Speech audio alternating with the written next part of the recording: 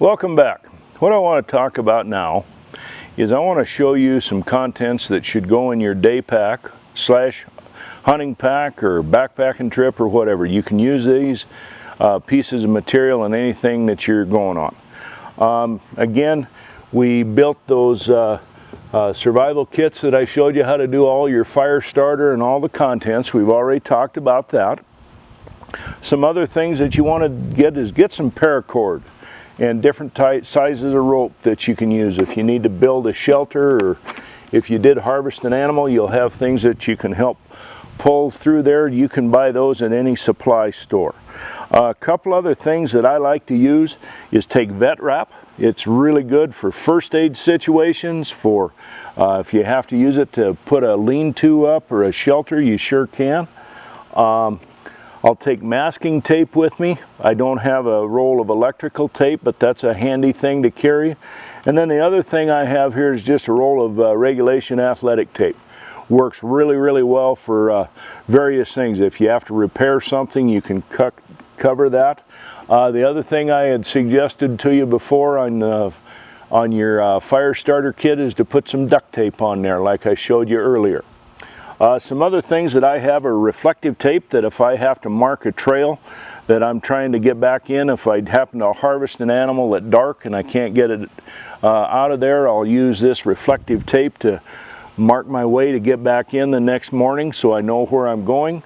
The other thing that they make, which are kind of fun, are these reflective tacks that you can put inside on the tree. You can just push them into the tree bark, and you hit them with a flashlight, they'll glow, and you'll be able to see where you're at and located, and etc. Again, always make sure you have a first aid kit with you. Various kinds. You can make your own. We've discussed that also. That would be another great demonstration for you to do, is to make your own first aid kit. Flashlight, have a headlamp. Make sure you have all the batteries for it, to make sure that you can always use that. I have a couple different sizes of flashlights. This little mag light here works really well. Again, just make sure that you have batteries for them, that they will work. That works in all kinds of situations. Depending on the country that you're going in, you definitely want to make sure that you take bear spray with you and know how to use it. Read the instructions, watch any instructional videos on that. It's going to be good. If it could be a bear charging you, it could be a mountain lion, could be a mama moose, whatever it is, these will definitely work. The other thing that you want to make sure and take with you is some insect repellent, to make sure that you're in an area where there's ticks, that'll keep track of that and help you with that, and deer flies and mosquitoes. Sunscreen, make sure that you have that. The other thing I always take is a multi-tool, so it's got a pair of pliers and a screwdriver and a little saw and etc. Very portable. This one you can see just folds up, goes in this little pouch, and it'll fit in my day pack. Doesn't take up much room at all. A couple other things that I have here that stay in my pack is a whetstone, and then a little sharpener, a little diamond edge sharpener that I'll have to sharpen my knives as we're going through here. And then this little kit right here with these scissors and this fishing line and these fishing hooks. And then inside here I have hooks and sinkers and everything like that. So if I need to go through and try to catch some fish, a couple other things that I put in there are some nails, etc. That if I did have a shelter that I was building, I have it. Everything is inside this little pill bottle. It's waterproof and it's really easy to stow away. If you notice this right here, this is one of those fire blankets that firefighters will use by the Forest Service or Department of Natural Resources Conservation or BLM or whatever. What you can do is, if you get these used ones, you can take and cut these into pieces and make a ground cloth for you to put under your sleeping bag. You can use it as a no-trace camping where you're going to have your fire. Works really quite well. So I'd recommend that. The other thing is, make sure you know where you're going. Have the topographic map that shows you exactly the characteristics of the area that you're at. And then the other thing that you want to be able to do is have a compass and know how to use that. That would be something that you could do some research on, and it's really, really effective because all of you today are very, very good at using your cell phones and GPS and everything, but if the cloud cover is bad and you can't get the signal, you're not going to be able to use that. So you need to be able to practice with your compass. In a hunting situation or fishing, you want to make sure that you are reading the regulations, whether it's the fishing regs here in this hand or the hunting. What I have here are moose, sheep, and goat. And then I've got deer, elk, and antelope for this coming season of 2020. Wherever you're going to be going, you want to make sure that you know where you're going, what's legal, what isn't. The other thing that's really nice is on your own personal cell phone here, you can download and put OnX Hunting or Hunt Stand. You can put that right on there. You can also get the Fish, Wildlife, and Parks website. You can get all the information pertinent to your hunting season right here.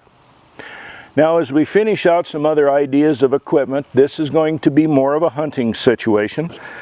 What I have right here is a set of game bags that if I do become successful and harvest an animal, I can go through and properly care for that meat and get it hauled out.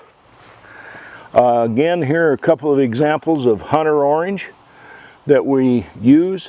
It's 400 square inches of hunter orange is what's in the regulations, and that's for your own protection.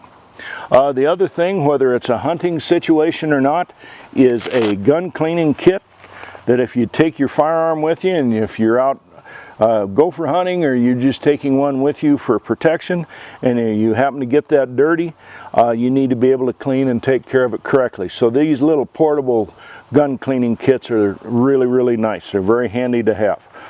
Very compact, very easy to carry. The other thing that I will take with me, even when I'm not hunting, is a rangefinder. If I'm out scouting and want to try to figure out how far it is from one ridge to the other without using pacing, I can use my rangefinder here. There's lots of different types and brands. That's kind of fun if you're looking for a birthday present or a Christmas present for a suggestion for your folks. Here's a great idea. Always take a set of binoculars with you so you can take a look, and if you're scouting wildlife or if you're just out enjoying your hike in nature, you can take a look at things much more closely. Again, I just have another set of binoculars, a little bit larger. You notice I have the bino carrier right here that they will actually sit right here on front, very easy to accessible. Real easy. I can just put them back in there, keep them protected, close that up, and real easy to use. That's kind of a standard supply list for me as I go. Again, ammunition pouches. This is a nylon Cordura type. Works really quite well. Another one I have here is an old wood one, or an old leather one, excuse me, that I use for carrying firearm ammunition. This belonged to my dad, so it's kind of has some sentimental value to it. And then just some suggestions for you. I would take a hatchet with me. This is a very, very portable one. It's really thin. You can use this to actually split the rib cage if you need to. If you can split the pelvis on an animal when you're field dressing it, very, very easy to do. You can use a rock to pound with it, or actually if you have to chop a limb off a tree or what have you, very easy to use. It is one of those things that's very good to have. It's very portable, easy to put in there. The other thing that I always take with me regardless is a sharpening steel. This has different sized grit on it, so it will sharpen all of my knives that I use. And then I just have various examples of different types of knives. I've got two fixed blade knives here. They're both old timers. Those work really, really well. I've got a folding knife here, and the one thing I want you to notice, if you do carry a folding knife with you, make sure that they do lock so that blade won't accidentally come down like this if you're trying to use it and cut the back of your hand. And again, there's just various types. This is an older knife that locks. It has a little bit different type of blade, and at a different time we'll discuss knives and what their actual purposes are. This one's kind of nice. This is the old Buck folding knife. Very, very good multi-purpose blade. Again, it locks, real portable. And then this one's a little bit different. This is an old knife, but the thing I like about it is it actually has a saw on it. It can be used for either bone or wood. And then this big locking blade right here, this one actually does lock, so it won't cut you when you're using it. Works really quite well. And then they do make some really, really nice, the Wyoming saw. This is one that I ordered from Gerber that is a really, really short one, but you can use this to split the rib cage or pelvis of an animal, or you can knock a limb off a tree if you need, or anything like that. Very, very portable and can stay on your belt. Very, very handy to use. So there's lots and lots of different things that you guys can do. So as you decide what you want to do as you're out hiking and hunting and everything, just make sure you pick the things that you enjoy the most and what's going to fit you and what's going to be your preference, and then you can start shopping around and making the best purchases. So the next segment up is just going to show you some samples of backpacks. And then good seeing you again, and you guys take care and be healthy and stay safe. And when you're out in the wild, make sure that you enjoy God's handiwork.